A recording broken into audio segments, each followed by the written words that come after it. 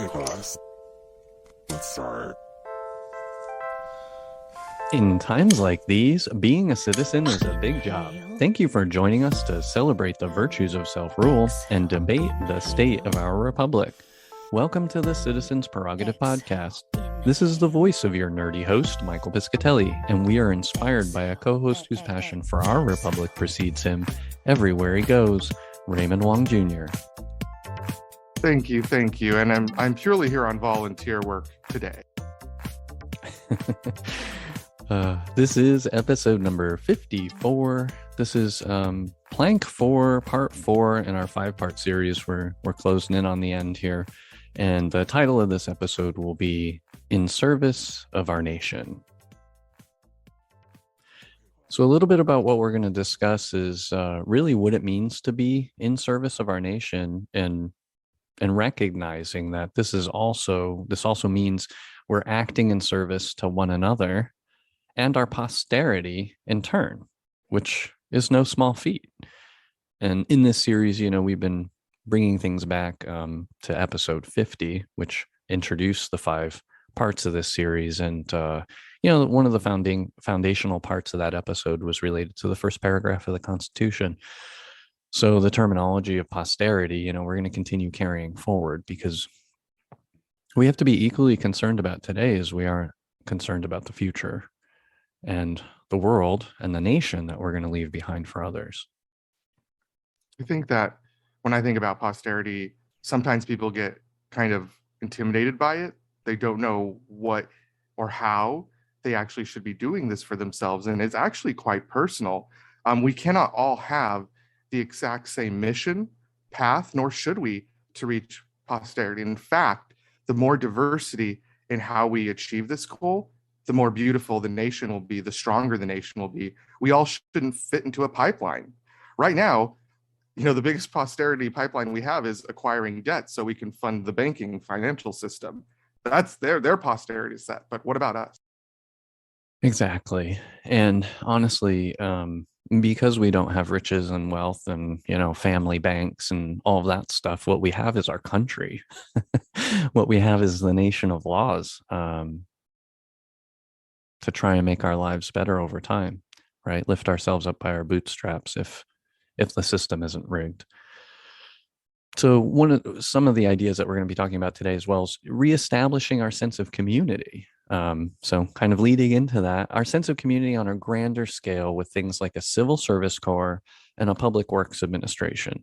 So part of the reason why we have so much division and issues among one another today is because we've all moved into our little corners inside of our homes and we don't interact like we once did back in the day. The only time we seem to interact anymore is related to work, going to a job. And depending on whether or not you're going back to an office, you may or may not be interacting with people who aren't like you or have different views or ideas or perspectives. You're less likely in today's environment to come across an individual that challenges a bias or a set of assumptions that you might have once had. Now, that's something that we don't really recognize, but back in the day, we didn't have necessarily a choice. We took it for granted, and so we look upon programs like this as an opportunity to cause us to interact again and around a common cause that's greater than ourselves. I think the only thing possibly today people are doing besides getting involved in maybe political activism,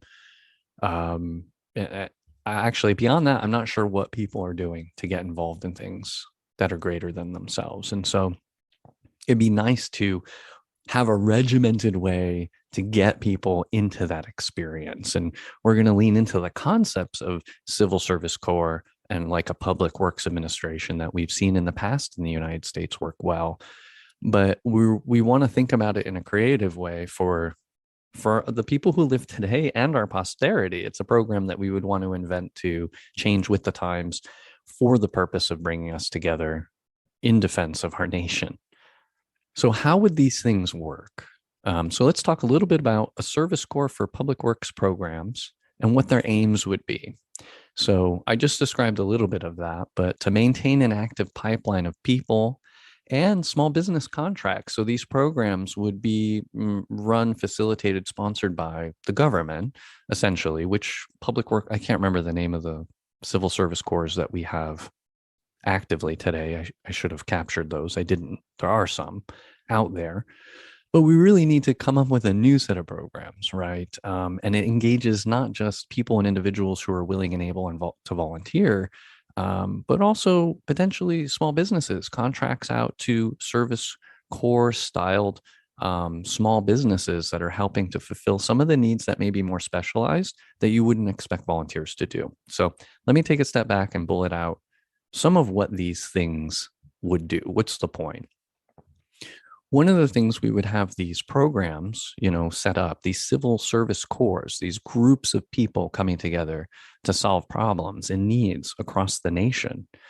One of the major first and most clear and present dangers is climate change. And so this civil service corps could go to places where we're going to experience the worst effects of climate change that are probably not preparing for it, and actively build infrastructure to help us combat those changes and help preserve our country and some of its borders. We also, in the same sense, people could be contributing to infrastructure projects. So Ray and I have discussed on this podcast many times how we have to reinvigorate, reinvent, and re-implement our economy. When we talk about infrastructure, the first thing that pops into my mind is a water pipeline, right? Drinking water across the Western United States is going to become a problem, more so with time. And the central states have plenty of water. So instead of shipping oil across the country, how about we build a pipeline for water? That's a great piece of infrastructure that a service corps could get involved in. We can also cover shortages in healthcare. So we're experiencing our first pandemic in a long time. There will be more. And smaller, regional infections and other events that may happen, whether it be, I don't know, a mass shooting or something that could cause mass casualties in a small town all of a sudden, or an oil spill or a gas leak or something that affects a large group of people suddenly in an area that you wouldn't expect, right? So we can have this civil service corps could have a medical care component, right? And we deploy those civil service corps to those regions that are needed. These civil service corps would also actively provide training for entry into new trades or re-entry into other trades. When I say new trades, we need people to install solar panels. We need people to build X, Y, and Z infrastructure that we have yet to invent that makes us more sustainable and resilient. It would be great as a transition to take people who used to work in coal mines or, working out in the fields, fracking or whatever they were doing.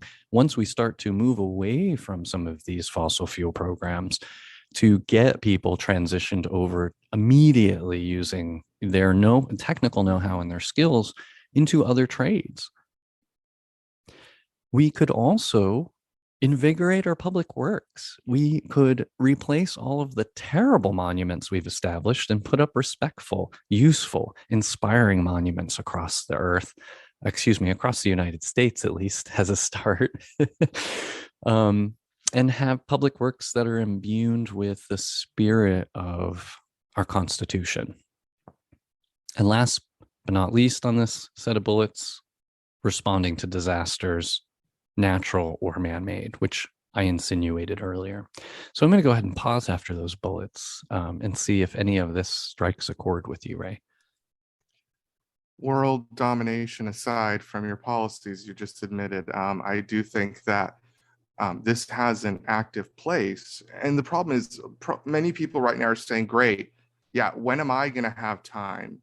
Right? When am I going to find time? I'm already trying to make ends meet. I'm already trying to make it as a typical American. I have all this time to contribute, right? And the thing is that if you look at our holistic, you may not have listened to all of our episodes. You may need to go back to number 1 and listen to everything we've proposed, because this is part of a holistic plan.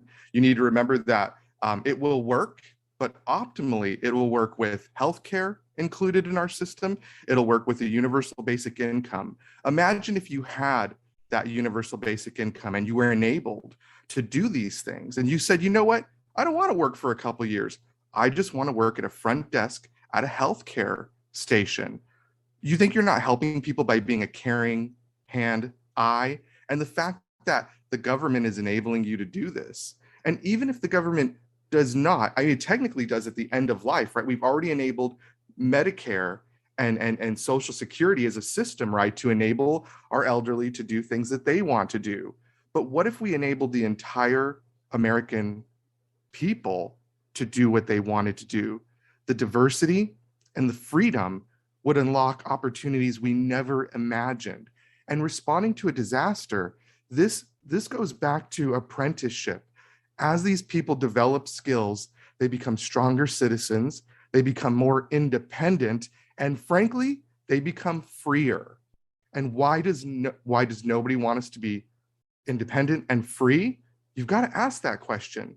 Just let us start to enable ourselves, but you have to give us the mechanism of freedom in capitalism, which is money. So sorry to make it about money, Mike, but that's an enablement to make this not just happen, but be a watershed of action. Thank you, Ray. I totally agree. How do you make this time available? By providing the money it takes to free up the time. I think it's critical. You're right. This is integrated with everything that we've been proposing. You raised a really another really interesting point that we won't cover in detail here, but I want to plant the seed about sabbatical. I was reading an article recently. I'll see if I can reference it, but reading an article about the power of sabbaticals and why it's either in certain countries or with only, because I know today in the US, there's only certain companies, a very small group of companies that offer sabbaticals. And I remember back in the day, Intel. So when we used to spend, I used to live in Phoenix, you and I used to live together, and Intel used to do all these things. And what was always fascinating is the people who worked at Intel got a sabbatical after 5 years or 3 years of employment, and they get like up to a year off or something like that.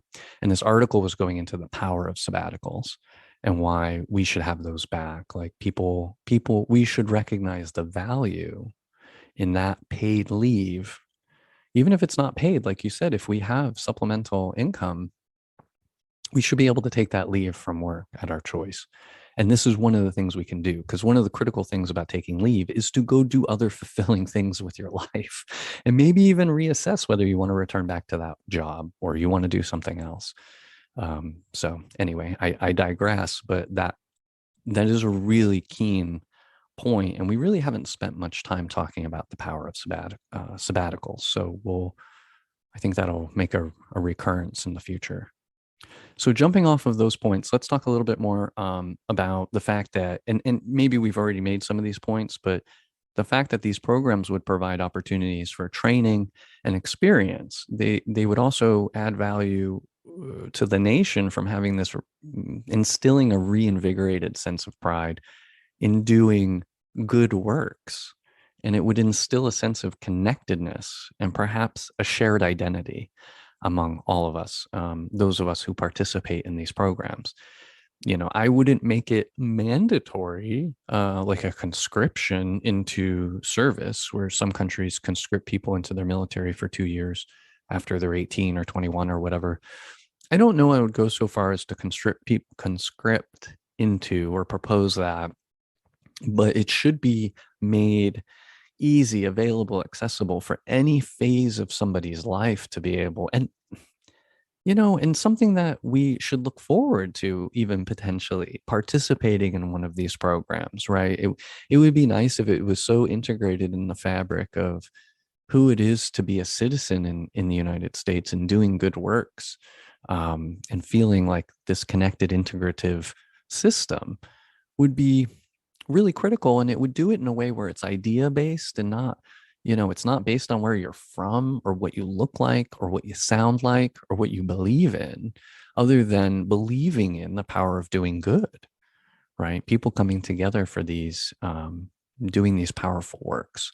And so that's why I really feel strongly that it would help melt down some of the non-human, the differences between us, the things we've made up that keep us from recognizing one another as being a part of one species. Or more to the point, this idea that some people are American and others aren't, simply for reasons other than citizenship. The idea of a real American. It's like, well, if you don't act in service to your nation, tell me how you're a real American.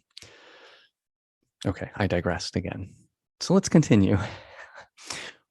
Another aspect or goal that would stem from having these civil service corps is to foster the development of fully supportive programs for people reintegrating back into society. So I talked a little bit about retraining and transitioning, and it could be people who are finishing college before they go to work, or however, anytime there's this point or transition in one's life, it would be nice to fill it with one of these meaningful activities that could inspire growth in new and different ways, because each and every one of us is a different person every day. But I digress again. So this reintegration concept is something I think is sorely missing in today's society. So for example, when people return home to the United States after their military service, we do not have effective means and methods. There are some programs, but not the most effective programs to reintegrate people from military service, meeting them where they are and helping them through that transition, which is a very distinct and unique journey, depending on the veteran and depending on their experiences and all of those things, right? It's a very different path to walk. Similarly, so incarceration. So people who've been incarcerated, duly or unduly, regardless, people coming out of incarceration also can benefit, need to benefit. We would all benefit from a proper transition back into society, right? Which is, again, a different path than somebody returning from military service. The experience of incarceration is different than serving in the military. I propose the same thing. There should be a transitional path that these types of core services can facilitate for people coming out of supportive housing. So if you're not familiar with supportive housing is a program where if you become addicted to drugs or you go through some mental instability or something happens to you and you end up on the streets, you become homeless to one degree or another. Supportive housing is a program, and that exists in some places, not in others, where you get into a home, someplace that's, a physical, stable place where you can take a shower, you can get a job and reestablish yourself. And if you have addiction, there's treatment services tied to that. If you have other issues, there's other services like mental health services tied to that, or other medical service that you might need. In any case, supportive housing is a transition in and of itself, but it's not entirely effective at getting people fully reintegrated in society. So sometimes people may come out of supporting housing still not knowing exactly what to do. And so these civil service corps can help give them guidance, direction, training, all of that stuff. In the same vein as treatment programs, so I won't jump on that too much. And then trauma recovery, also a similar thing. People go through mass shootings, for example. And when you've experienced something like that, or a natural disaster, right? There's this survivor's guilt. There's all this other stuff going on. Maybe you have to relocate because of PTSD or just because of financial reasons, whatever's going on. These programs could also help in those transitions for people, right? Give people something to do right away, whatever it is, and maybe they're helping themselves and their communities recover from a disaster. So all of these scenarios require their own solutions for helping people. All of these things, represent unique paths. And the goal is to get people established in a new life, in a new constructive, productive life among the community, living as citizens in the United States. And the concept here is much like the donut economy we've talked about before, and we need to think full circle in support of our citizens' very human needs. That is what these proposals aim at. With that, I think let's go ahead and take a break, and then Ray, we can open it up for your comments on this. Here's a message from our sponsor, Citizen Do Good. Politics is war, simply without bloodshed. A saying paraphrased from Mao Zedong that rings true to today. The war for liberty and justice for us all is never over, and every battle counts. Our republic still holds true the promise of our freedom, and it is up to us to unleash its potential. The time is now to reimagine ourselves and our systems of governance for the dawning of a new day. We are the proud sponsor of the Citizens Prerogative Podcast, a major partner in spreading the good word about civic love and the power of change for us all. At Citizen Do Good, we plan to continue to have these conversations so that all citizens are encouraged to invest in themselves and their communities. Keeping that goal in mind, we need your help to stay on mission and grow this community. Help spread the word by sharing your favorite post or Citizens Prerogative Podcast episode from our sponsor's Facebook page, Citizen Do Good. Feel free to use the hashtag CDG when you share. Feel free to share any suggestions you have directly through our Facebook page. Thanks for your support. As I went through this episode with you, I started to think about, the Make America Great people. And for a moment I said, well, you know what? Maybe there is some things that were great, that sense of community that used to happen around these great civil projects that happened during this era, right? The last, go back 100 years and we did some really impressive things, and we've not done anything like that since. And so maybe, just maybe, there is a sense that we've lost that part of ourselves. But the challenge is those projects were lined with sweetheart projects, sweetheart deals, special handshake bonuses, extra money, pork barrel funding along the entire funding effort. So I really think that what it comes down to for us is that we think that, yes, we should make that portion of the US active and great again, but this time the extra money goes to us. This time the citizens get the pork. We all get an equal share of whatever it was you all were sharing at the top before. It's just over. And we can enable this program if we do what we did before, but there's no more pork. I just feel like most major companies don't want to invest in these huge projects because they won't be able to get away with what they used to. There just isn't enough sugar at the bottom of that, bottom of that glass. They just, you have to stir it up. We want you to stir it up finally. Yeah, it's too bad doing good just isn't sweet enough on its own. You have to have added sweeteners. Oh, goodness. Excuse me. All right. Well, we're remarkably on time, so let's go ahead and transition into our calls to action. Consider how you or your children and our society might benefit from such civil service programs. I mean, my mind immediately goes to the resilience it could create because of all of the things, all of the challenges we're going to have to rise to together as a nation, especially in a world that doesn't seem to be marching away from war or instability. Can we try to bring it closer to the children really quick, Mike? Sure. Since we're doing great on time. Yeah.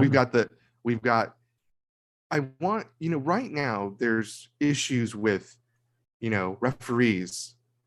Sports are very important to a lot of parents. They enjoy it. There's a stress with referees out there, as I understand, for officials, right? To have officials, you must have this capacity. Even the coach, any of these individuals who do things that are of passion, where you have to thank them, those people in your lives who are going above and beyond and doing the things you never could.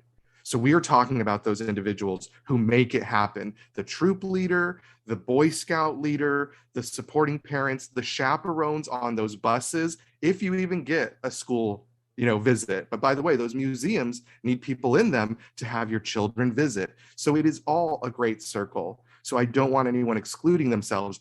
Look deep, look at the people around you, and look who's helping you get it done. They need your support. Totally. And look at how you spend your time. How much of your personal time is dedicated to creating something for others or for community? And if there isn't a lot of time going towards that, take a step back. Figure out how you can introduce more of that into your life, because it's very fulfilling. If we're not It's a part of our humanity to be doing things for one another and not just ourselves. So, with that said, the next bullet is find out ways to get involved in your community. Join or create your own community service project today. Throughout the podcast, we've talked about all kinds of examples. And the next one I'm going to throw out there has to do with community gardens. So, with food prices and contaminants and genetic modification on the rise, you may consider starting with a community garden or participating in one that's already started near you. Check that out first before you go do your own thing. See if there's one that you can join and learn from it and grow before you even start your own. These community gardens can help cut the cost of fresh produce, and you have the added benefit of knowing exactly where some of your food comes from. And thrice benefit is the community gardens waste far less food than major ag businesses. So there's many-fold reasons besides the fact of getting in tune with your humanity inside the garden. That's just one example. We've always spoken about decentralization as a thing, right? And this would really help. Right now, there's way too many major ConAgra food companies that exist that just are dominating these markets. And you mentioned the waste that happens from these farms. It's important to note that if a tomato isn't attractive and if apple doesn't look perfect or if it has an extra bump on it, they're going to throw it out. And there is a ton of waste happening simply because it doesn't look perfect. So I think you really have to hone in, and maybe that's another episode, right? Really honing in on the food waste problem because of the industry. And why do we not divert it to food banks and other places? Because it costs, right? There's a cost to shipping those ugly produce out. Who's going to pay for it? Well, goodness me, if I had a truck and I had the time, I might help. Excellent point. Thank you, Ray. The last bullet seems easy, but coming out of pandemic may be more challenging than we expect it to be. But that makes it that much more valuable. Please smile at a neighbor and say hello. And then try to practice it more regularly. I know it's simple, but we're coming out of a time where these simple things help us reconnect as humans. And it's important. Smile at someone and say hello today. It's funny that you said that. I had a human experience. Man, I went to Las Vegas and everyone was saying hi to us. Everyone was saying hello. They were being very friendly. And the group of people are trying to figure it out, like, what's going on? Is it is it us? Is it this? But I think that because I've been in the metaverse, when I see someone now, I acknowledge them and I say hello, I wave, I do all kinds of things. And I believe on accident now, I look at people, I look at them in the eyes and I nod my head and I do physical actions. And it's invoked all these people to just talk to us at random and see how we're doing. And go ahead, you take the cab first happened. But never in my life has someone like, go ahead, folks. Are you having a good day? And I really feel like on accident, this social experiment that we're doing with the metaverse has actually caused me to transcend something. It's just this, everyone wants to make that connection. I think I'm with you and you didn't make me think about it till now. I was just kind of like, no, maybe we're just social, but maybe it's that. Maybe I'm breaking a barrier on accident because the habits that I've created with so much dedicated to the project, it's actually transcending the virtual world. That's fantastic. That's almost the behavioral side effects of the metaverse can be a whole nother. That'll be another episode. But with that, we're done with this one for now. Thank you so much. We have been your hosts. Thank you to Mr. Raymond Wong Jr. And thank you, Mr. Piscatelli. This has truly been an in real life experience, not a virtual one. It's been something, that's for sure. For information on this and other episodes, head over to citizendogood.com and click on podcast. While you're there, hit up the contact us page and leave a comment. We'd love to hear from the community. Special thanks to you, our listeners. We saved the best for last. You are the best, and you have been for years. Thank you for your support. We know it's painful, and we love you. Intro music sample from OK Class by Ozzy Jock under Creative Commons license through freemusicarchive.org. Other music provided royalty free through Fislian Studios Inc.